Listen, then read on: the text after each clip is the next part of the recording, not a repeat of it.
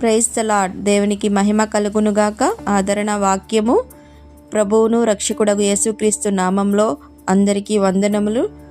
ఈరోజు దేవుని వాక్యము ధ్యానం చేద్దాం. శోధన సహించువాడు ధన్యుడు.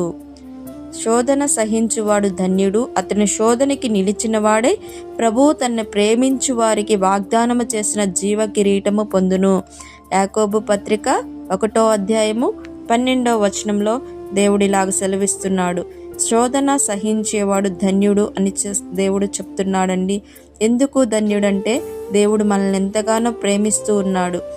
ఆ శోధనలో ప్రభువు కూడా అనేకమైన శోధనల గుండా వెళ్ళినప్పుడు ఆయన సహించుకొని మనకి జీవ కిరీటం ఇవ్వడానికి మన శ్రమను ఆయన మీద వేసుకొని మన కొరకు ఆయన ప్రాణం పెట్టి ఉన్నాడు. కనుక మనము కూడా ఈ భూమి మీద ఉన్నంత వరకు ఈ శ్రమలు, ఈ శోధనలు సహించగల వారముగా ఉండాలండి.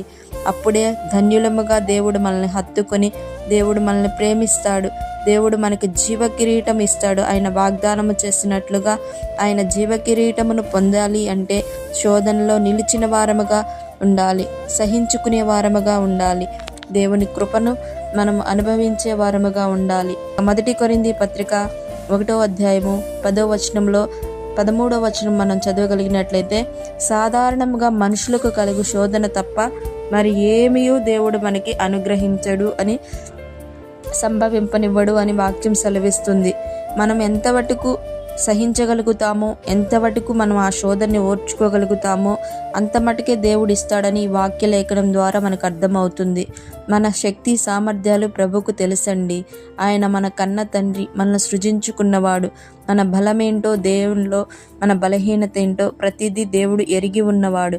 ఈ శోధన వీరికి అనుమతిస్తే వీరు నిలబడగలుగుతారా లేదా అనేది ప్రభుకు తెలుసు. అందుకే మనకు సహించగలిగినంత మటుకు మాత్రమే శోధనని అనుభవిస్తాడంట. ఆయన నమ్మదగిన వాడు. మీరు సహింపగలిగినంత కంటే ఎక్కువగా ఆయన మిమ్మల్ని శోధింపబడనివ్వడు అని సెలవిస్తున్నాడు. అంతేకాదు, సహింపగలుగుటకు ఆయన శోధనతో కూడా తప్పించుకునే మార్గము కూడా కలగచేయును అని సెలవిస్తున్నాడు. నిజమే, ఎంత ప్రేమించే దేవుడండి, ఎంత గొప్ప కన్న తండ్రి. తప్పించుకునే మార్గము కూడా ఆయన మనకి ముందుగానే సిద్ధపరిచి ఆ శోధనని మనకు అనుమతిస్తున్నాడు. ఆ మార్గము మనకు ఉన్నది అని మనం గ్రహించుకోగలగాలి. దేవునిపైన ఆధారపడితే ఆ మార్గము మనకి చూపిస్తాడు. దేవునిపైన ఆధారపడి ఆయన్ని పూర్ణముగా హత్తుకున్నట్లయితే దేవుణ్ణి మనం గెలిపించు వారముగా ఉంటాము. శ్రమలో, సమస్యలో, శోధనలో మనం కృంగిపోతే చేతగాని వారముగా మిగిలిపోతాము. దేవుడు కూడా మనల్ని చూసి దుఃఖపడతాడు. స్నేహితులారా, జ్ఞాపకం చేసుకోండి. కొంత మట్టుకే ఈ శ్రమ, ఈ శోధన అని జ్ఞాపకం చేసుకోండి. ఈ శ్రమ నుండి, ఈ శోధన నుండి నన్ను తప్పించుటకు నాకు ముందుగానే మార్గమును ఆయన కలగచేసి ఉన్నాడు అని గుర్తు చేసుకోండి. ఈ వాక్యమును ధ్యానించండి. దేవుడికి లోబడండి. దేవుని పైన పూర్ణముగా ఆధారపడండి. దేవుడి కృప కలుగునుగాక. దేవుని సహాయము మనందరికీ కలుగునుగాక. యోబు సహించగలిగినంత మట్టుకే, యోబు సామర్థ్యత ఆయనకి తెలుసు కాబట్టే యోబుకి అంతటి శ్రమనిచ్చినా దేవుణ్ణి గెలిపించగలిగాడు. మనము కూడా అలాగే ఉందాం. దేవునికి మహిమ కలుగునుగాక. ఆమేన్.